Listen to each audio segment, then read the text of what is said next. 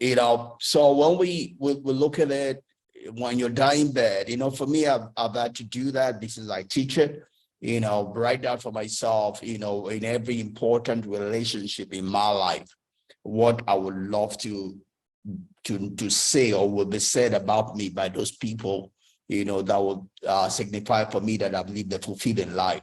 What I want my parents to say about me, what I want my wife to say about me, what I want my children to say about me, what I want my siblings to say about me, what I want my nephews, my nieces, my relatives to say about me, my friends, my work colleague, I have all of that written down in black and white, and every day I live that. That is what I want to be my end goal. But my end goal will not come at the end. It's got to be what I begin to do today that will produce that. It's not magical, right? It's not destiny. It's not fate. Again, don't forget, you are the captain of your soul. You are the captain of this body, this life, this soul. You are the one directing it where you ought to go, right? No other person is doing that. You are responsible for this ship called you, right? You are the master of its fate. You are the master of its destiny. However, it's going to end when you're there, you're dying bed. You are going to be the responsible party. No other person will be responsible but you. On that dying bed, you are going to be the responsible party. No other person but you will be responsible for who you end up being like, right? It doesn't matter how you started. It doesn't matter where you are right now, but it matters where you end. And that end is determined by you. You are the master of it, right? You're the one leading the ship to the destination it's going to go or it's going to arrive at. Wherever you're going to be tomorrow is because you made an appointment to be there. Yeah, right. It's not going to be anybody's fault. It's not going to be Tinubu's fault. It's not going to be Nigeria's fault. It's not going to be election fault.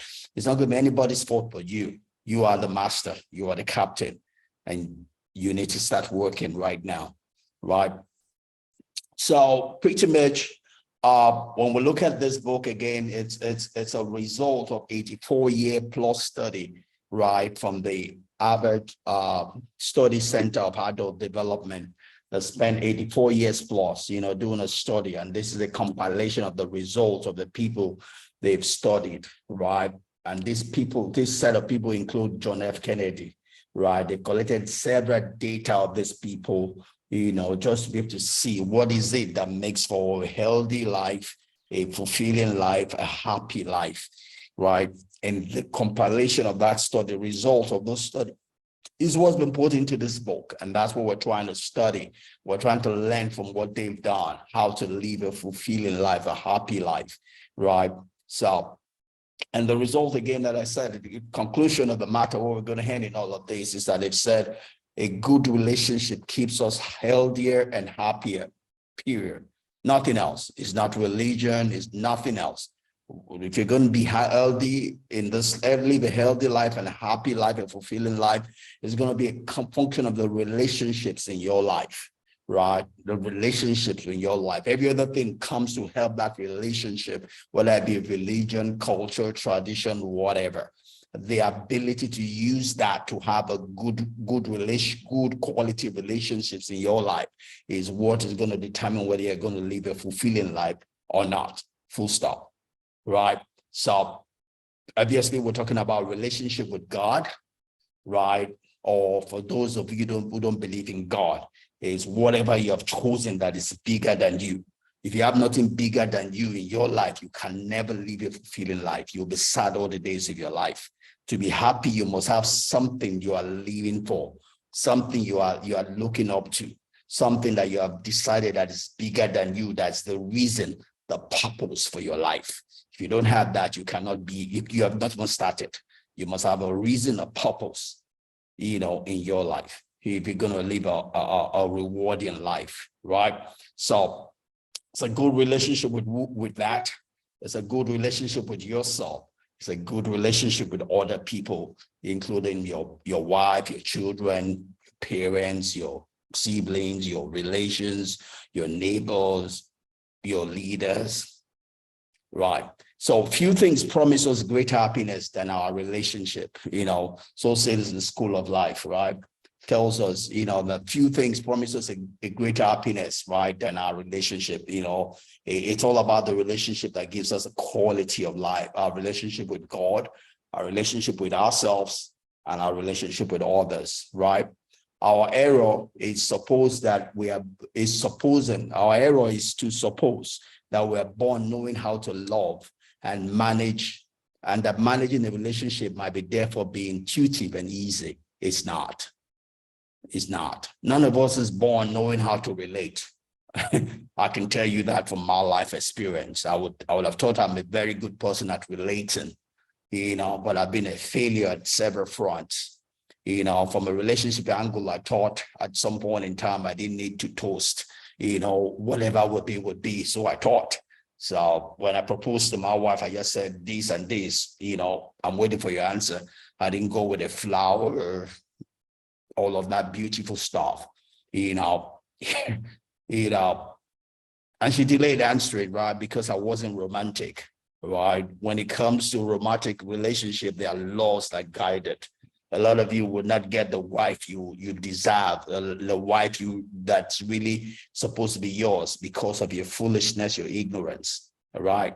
There are laws around romantic relationship. There are laws around ordinary relationship. There are laws around ordinary friendship, right? And if you don't know it, you will not succeed in those relationships. Like we popularly say, right? A lot of people divorce not because they don't love one another, not because the emotions of love have dried up, but just because they lack understanding. They don't know how it is to live together.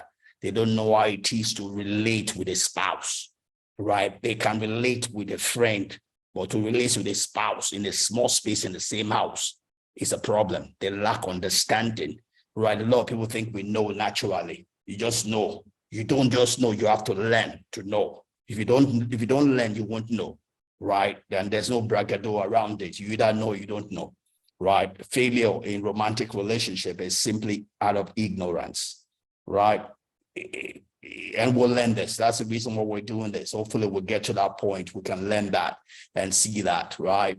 There are laws around every kind of relationship that there is, whether it be relationship in the office, right? I used to think that I could do without playing politics in the office. Well, that's why I'm no higher than I am. There are laws, there are rules of engagement in every area you find yourself, in the office, in the church, at home. There are rules of engagement, right? You don't just do the way you feel. You don't just do things because you have the right to. You might win the battle, but lose the war, right? Life is about not just winning battles. It's about winning the war, right? You're about men most miserable. All you do is win battles and lose the war. The war is more important than the battle, right? And that's all we're trying to look at here in different segments, right? So it's not intuitive. It's just like parenting also, it's not intuitive. There are rules of engagement in parenting, right? You need to learn them if you're going to be the best parent there is, right? That's another way of relating with our children, right? There are rules of engagement. It's not natural. It's not the way you feel. It's not the way you think. It's the way that it is. You need to know the rules of engagement for you to be a good parent, right? So it's not intuitive. We're going to learn that as we go along. The other thing we say is our choice needs to be cultivate warm relationship of all kinds. All right, the choices we'll make needs to cultivate warm relationships of all kinds in all places that we find ourselves. As I was thinking about this, I think about two particular engagements in the workplace right now where I have the right to come hard on two people, right? I have the right. They have put themselves in such a place that if I do that, I will be right. I'll be justified. But the question is, if I win that battle, will I win the war? Right? The hurt that will come out of my bruising them, will it make me win the war of full relationship for the lifetime of engagement with these people? Right? I have to look at that. It's not about just today. It's about tomorrow. It's about continuous conservation of that relationship right? That's important, right? So those are some things we're going to look at and probably share with ourselves as we will go along here, right? The School of Life talks about that love is a skill to be learned, right? It's not just emotion to be felt.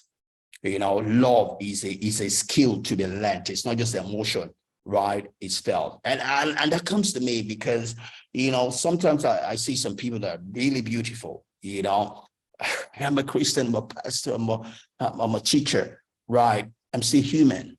So if I meet someone that's stunningly beautiful, things fall apart all around me, and I really don't know what's going on, but it's just because I'm human, right? But do I then become a slave, a servant to my feelings? A lot of people have been. That's what causes people to be womanizers, right? Because a man is made to respond to the glory of a woman. A woman doesn't have to be naked for a man to be aroused, right? And confused. She just needs to be beautiful, right? Do we then stop women from being beautiful?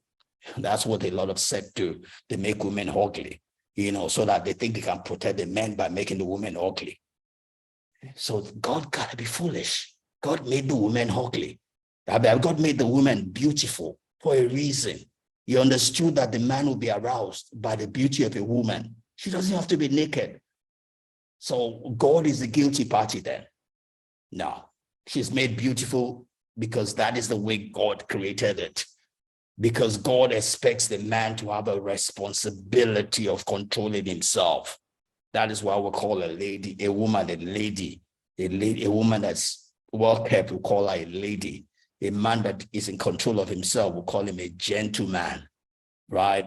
Just because you're a man doesn't make you a gentleman. Your ability to comport yourself, even in the midst of beauty, even nakedness, is called gentleman, right? It's a quality. It's what makes you a man, a total man, right?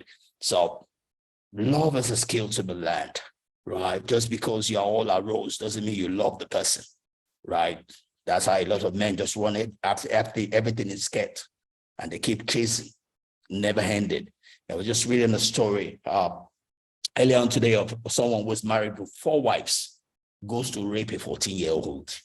He doesn't have 1 wife. He has 2, 3, 4, yet he goes to rape a 14-year-old. That's someone that has no clue what love is, that has no control of himself, right? There's a place to hold yourself together. Just because your whole body's dancing doesn't mean you should dance. It means you should hold yourself together. It doesn't mean you should make the woman ugly for that purpose also. God made her beautiful for a reason. You're not bigger than God. Let her be. Hold yourself together. Learn what love is. Learn how to comport yourself. Learn how to hold your emotions together, right? That is our responsibility, not the woman's responsibility, right? All right. We can learn the key issues of relationship. We can learn about argument to sex, forgiveness to communication, making sure that success and love need never again to just be a matter of luck, right? Success in relationship, love doesn't have to be luck. There are skills to doing it. There are ways of doing it. There are rules of engagement, and that's hopefully what we can learn as we share this time together, So one relationship choice need to be one that will make over and over again, right? It's not the one time that you make it, because you're gonna make several things, right? You meet this, you conquer it. You meet that, you conquer it. That's relationship is someone will meet every day, unless you want to be a hermit. Then you will not have to relate or interact with other people. But for long as you're interacting with people, you meet different kinds of people. You meet people that will make you soft. You meet people that will make you hard. You meet people that want to make you other than who you are. And you have to always make the right decision to win every battle, right, that you find yourself in, right? Some you might have to allow yourself to lose so you can win the war, right? So the battles to obviously win, stand your feet down. You need to know the battles where you probably allow things to be just for the sake of the bigger cause, right? So that's important. So as far as we are alive, we're required to make decisions, right? Over and over again, second by second, week by week, year by year. As a man in a relationship, in marriage, you know that you have to make that in your marriage every time, right? Your husband is either this or that. Suddenly he comes up with a new one, or she comes up with a new one, and you have to comport yourself, right? There's no place in marriage where it becomes autopilot. It's a decision to have a happy marriage every day, every week, every month, every year, right? That's the way to have a happy marriage, a healthy marriage. Because you make a decision yesterday doesn't mean that you don't make one today. The sacrifice you made yesterday does not stop the sacrifice you need to make today. And that includes also relationships with our children and with other people in our lives. It's a decision we make every time to win.